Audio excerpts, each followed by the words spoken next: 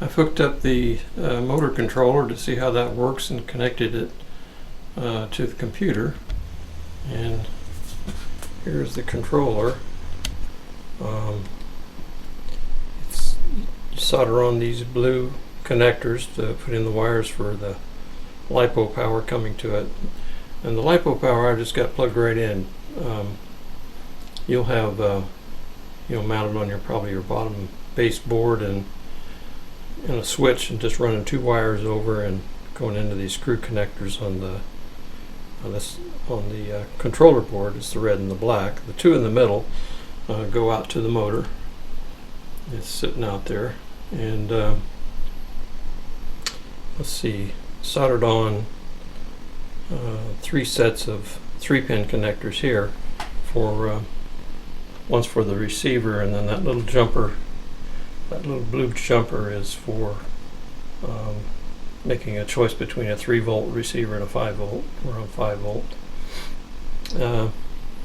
There's the little receiver. That's a what they call a park flyer. It doesn't have the range of what we fly with outside, which is probably a mile or more.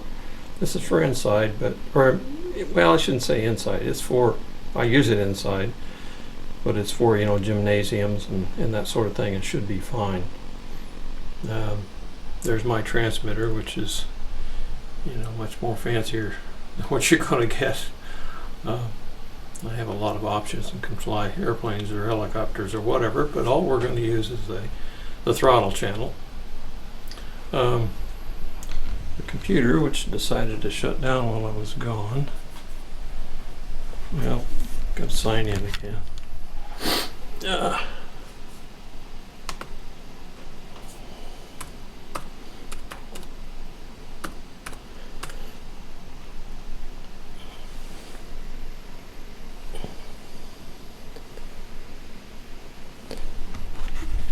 Okay, the computer has the got a reflection. It's plugged into this USB port. That's going to the computer, and that brings up a screen where you can monitor what's going on with the controller and the motor, and set parameters, such as calibrating the transmitter to it, and setting this LiPo cutoff voltage, and setting motor parameters so that you don't burn up your motor. And anyway,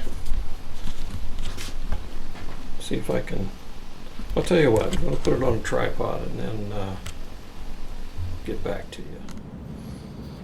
Okay, the way I have the controller set up right now, I've got it so the throttle stick all the way back is off, and pull forward is full speed, and that's your 60 RPM.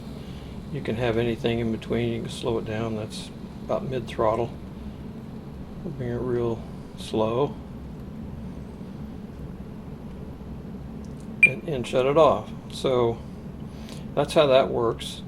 And this is on a throttle that stays where you put it. If we had put it on the right hand stick, it would have a spring back to a neutral. Could go, well, we could set it up for forward and reverse in a neutral point. I'll change this stick to forward and reverse and show that to you in a minute. Okay, now I've set it up so the stick in its middle position is neutral or off, and all the way forward is one direction, all the way back is the other direction. You can still run it slow either way. That timer was telling me it was time to land my helicopter before the battery runs down, but we'll ignore that. Okay, so with this stick it's a little hard to find the neutral position. If you use the spring-loaded stick, you just let go of it, it would be off. But on the other hand, if you wanted it to run forward, you'd have to hold it there all the time. So, spring or no spring. Anyway, that's the way that works.